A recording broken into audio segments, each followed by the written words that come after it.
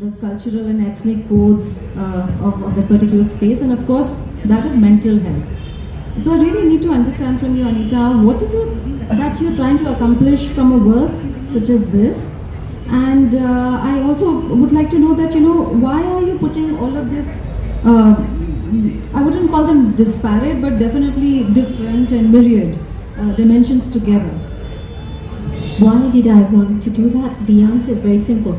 I didn't want people to feel so alone in their heartache, whatever they were going through.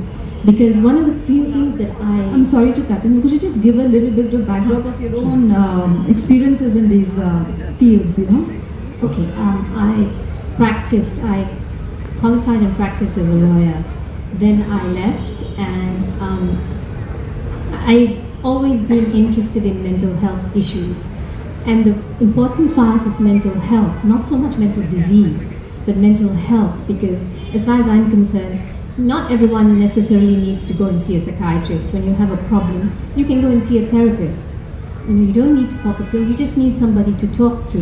And more often than not, in my work as a lawyer, in my work as, just listening to people, most of them are just feeling very alone. So when I wrote these stories, I wanted the reader, well, not really, I was writing from my own experiences partly, but I also observed, that how many of us, everyone I know has some sort of something that has happened. It may even be not able to pay your dues, you can't pay your bills. And there are men I know, and there's a story that I tell him that I heard. This man was suicidal, and when you asked him, why were you suicidal? It wasn't because of anything that had happened. It's just that he lost his job and he didn't know where to get the money, and all it needed was somebody to tell him, it's okay, go to the bank, talk to the financial institution, they'll help you, you can do that. And that saved his life. So these are stories that I tell in these 17 stories, similar things, women who are a child who, one of my favorite stories is Say Hello to Yama. I think you it was about a lady and a situation where she got married very young, and it was against the backdrop of climate change, or everything going horribly wrong. Because in November 2022, we had monsoon rains, and there's development at the back of my house, and it was getting flooded, and I was going quietly crazy. So I said to my mother, we are all going to meet Yama one day, and we're going to meet him sooner than later because of this. And then a month later, there were devastating landslides where 23 people died.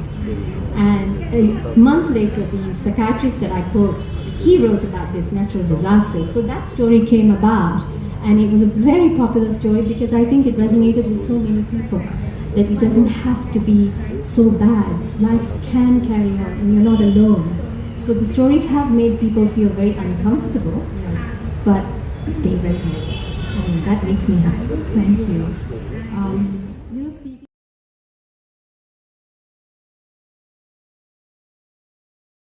I need to give some background to this.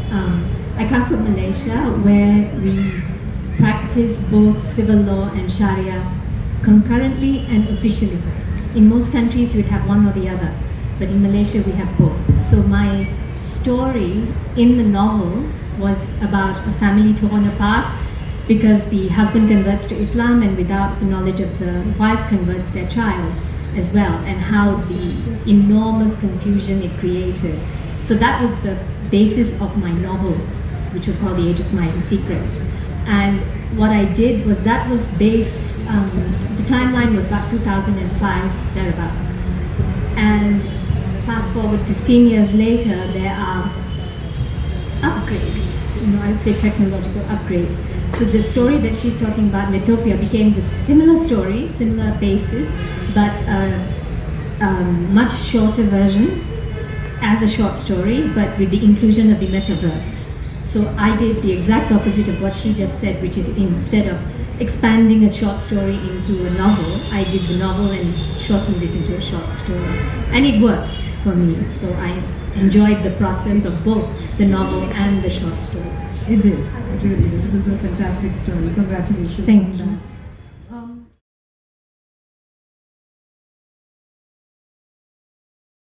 My world it would never occur to me to abandon a parent. So I chose to do the opposite in the short story, where the character does abandon the parent. And how does she feel? So I put myself in the position of someone I've never been. And that was very exciting. That's the story that won the award. So that's how I do with all the stories. I just choose a topic that is so... the other ones are men being abused by their wives rather than wives being abused. And try and get it that way. So that one's...